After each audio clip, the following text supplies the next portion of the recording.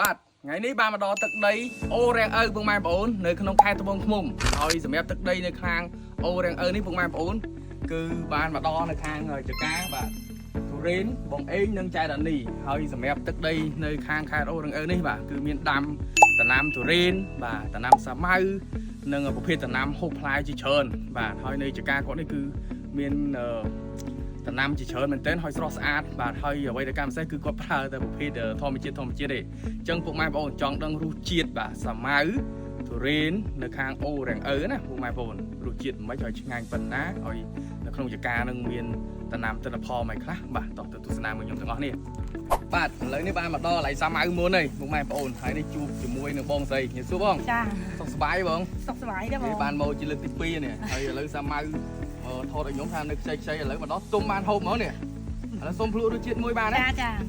ឆ្ងាញ់អត់ឆ្ងាញ់ឥឡូវបើអត់ឆ្ងាញ់ទេបាទមកសាកមួយឆ្ងាញ់យកលុយទេបាទនេះមកសាកមួយខ្ញុំអស់នេះបាទនេះនៅពុកម៉ែបងប្អូននេះសាម៉ៅធម្មជាតិបាទហើយផ្លែច្រើនណាបាទហើយដូចជាប៉ុន្មានថ្ងៃទៀតបានបេះនេះឬក៏បេះបដាបានបានចា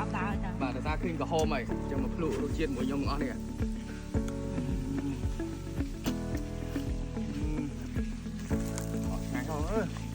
ឆ្ងាញ់អត់ទៅឆ្ងាញ់ទេនេះតែសុំមកថងទៅវិញមើលបាទពុកម៉ែបងប្អូនអត់ឆ្ងាញ់មិនបាទដូចញាប់ម្លឹងនេះយាអញ្ចឹង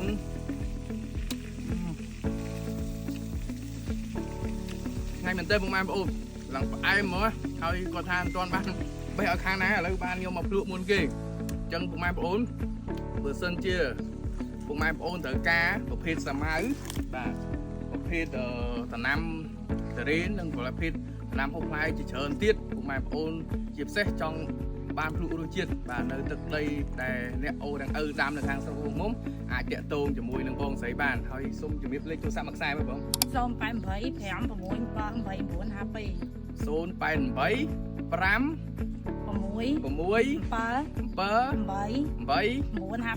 952 ពុកម៉ែបងប្អូនអាចតាក់ទងមកគាត់ផ្ទាល់ឬក៏ឆាតមកខ្ញុំនឹងបោះលេខពុកម៉ែបងប្អូនអាចមកធ្វើការ order ជាមួយគាត់បានដោយសារប្រភេទតាក់ទងសាម៉ៅនេះគឺចាប់ផ្ដើមបេះបដាហើយតរ៉េនប្រហែលប៉ុន្មានខែទេតរ៉េនដល់ខែ6អូតរ៉េនប្រហែលជាខែ6អញ្ចឹងពុកម៉ែបងប្អូនមិនមែនចេះទៅយកបោះផ្ទះតែ2ផ្ទះលេខ2យកមកបញ្ឆោតឬក៏មកលក់ឲ្យពុកម៉ែបងប្អូនទេបាទគេមានថ្ងៃមានខែគេបេះត្រឹមត្រូវនៅលើដើមអញ្ចឹងចាំតិចទៀតខ្ញុំឲ្យទៅទស្សនានៅផ្លែតរ៉េនទាំងអស់គ្នាអញ្ចឹងមិនមែនចេះទៅយកតរ៉េនផ្ទះលេខ2យកមកបន្លំទេណាបាទតតែគ្រប់ថ្ងៃគ្រប់ពេលវេលាបាទហើយចង់តោះទៅមើលនៅតំណាំតរ៉េនមួយខ្ញុំបាទទាំងអស់គ្នាទៀតបាទ